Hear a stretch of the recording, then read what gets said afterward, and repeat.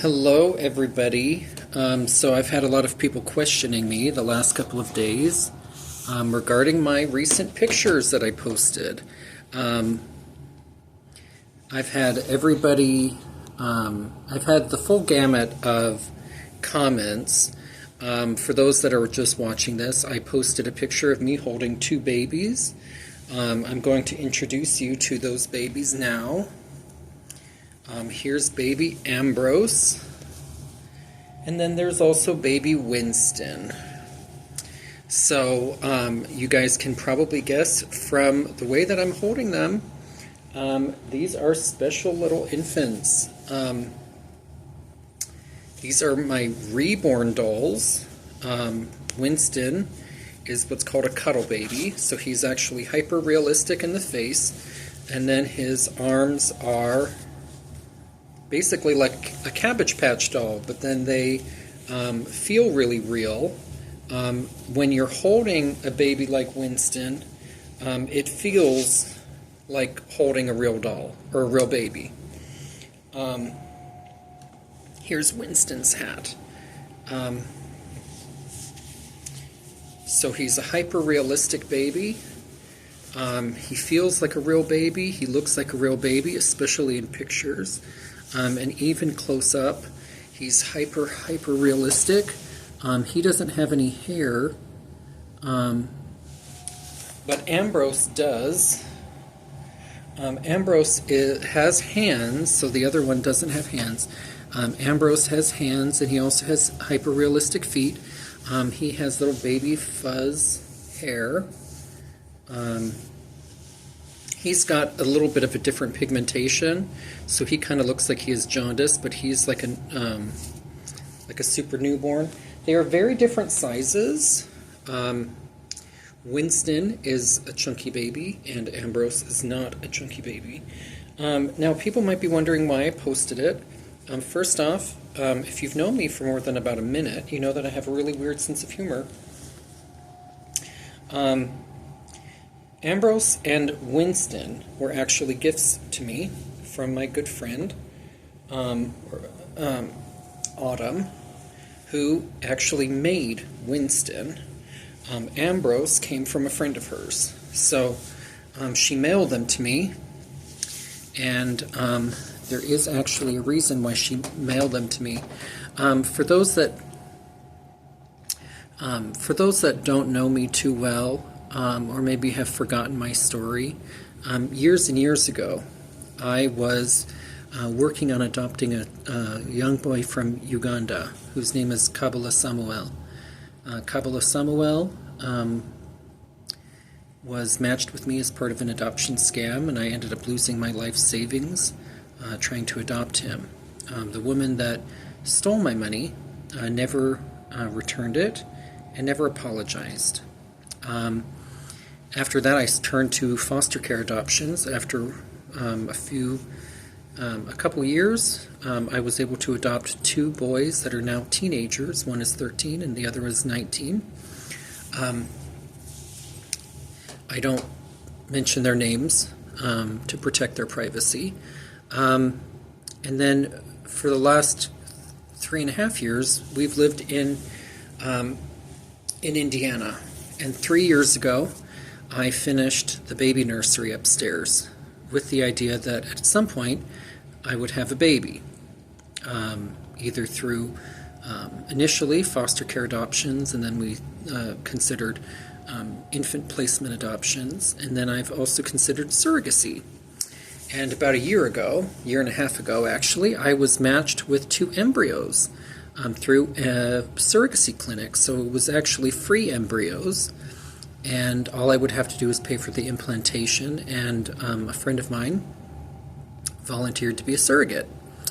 However, a year ago in January of 2023, I lost my job working for Ancestry.com. I'm not going to disparage them and talk badly about them, but one reason that it was so devastating was that actually caused me to have to change my plans. I don't have the money to do a surrogacy right now. I don't have the money to adopt, and I also don't have the a kind of a job that would allow me to adopt easily. Because I'm now, instead of working as an at-home genealogist, I am a teacher. I love teaching. I work with alternative kids. I work with the naughty kids, I should say. That's how I describe them. I work with the naughty kids. They're great kids. But I don't work from home anymore, so then it kind of throws a little curveball in the possibility of adopting a baby.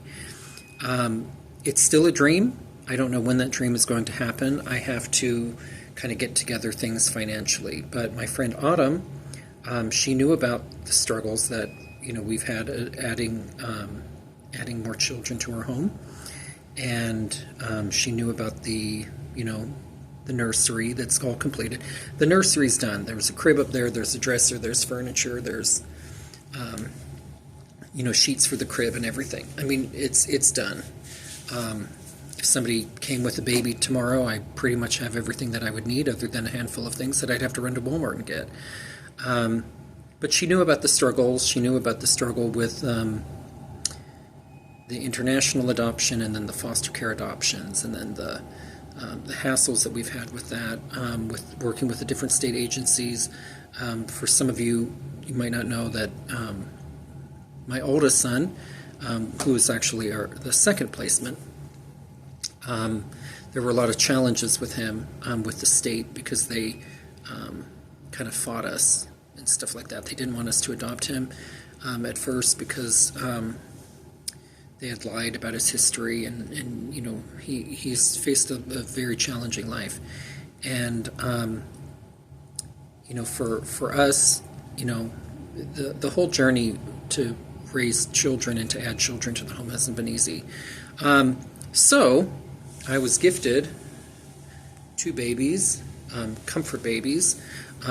It is actually a bit of a comfort to hold this baby. I'm 41 years old. I'm not financially in a spot where I can adopt right now. I hope to in the future. I'm hoping to flip houses and to have some rental opportunities, so that then hopefully I don't have to do a 40-hour-a-week job, and hopefully I can work from home again. But for right now, that's not really a possibility. And so I posted the pictures based on a meme that I saw, which was talking about posting, a family photo holding a baby at Christmas time to get your old friends to start talking to you again, to try to figure out what happened. And I was sent these babies about a month ago, and so I thought it would be funny to post pictures of me holding the babies to see what you guys would all think. I hope that you guys enjoyed the drama of wondering what was going on with these infants. And if you guys are interested in talking more about my adoption journey, I'm happy to do so. If you guys are house flippers and stuff like that and want to help me invest and learn how to do it, that would be amazing. And if there's anybody listening to this that's a multimillionaire or something that wants to, donate to my cause, that would be amazing. Living in Mustard Manor, it's tough financially, because there's a lot of things that have to be done to take care of this old mansion, and I make a lot less as a teacher than I did as a genealogist. So to put it in a nutshell, I hope you enjoyed it, and if you're watching this video, then you probably know me and know my sense of humor. Hopefully nobody's too mad at me, and hopefully sometime I will have an actual baby, whether through foster care adoptions, or infant domestic adoption, or maybe surrogacy down the line. Guess we'll see. Anyway, thank you so much for listening. I'm going to post this on YouTube, and then I'm going to post that video onto my channel, or onto my Facebook wall. So as always, you only live once. You can't take it with you, so you might as well fill your life with beautiful things. Thank you so much for listening. Have a great evening. Bye-bye from Winston.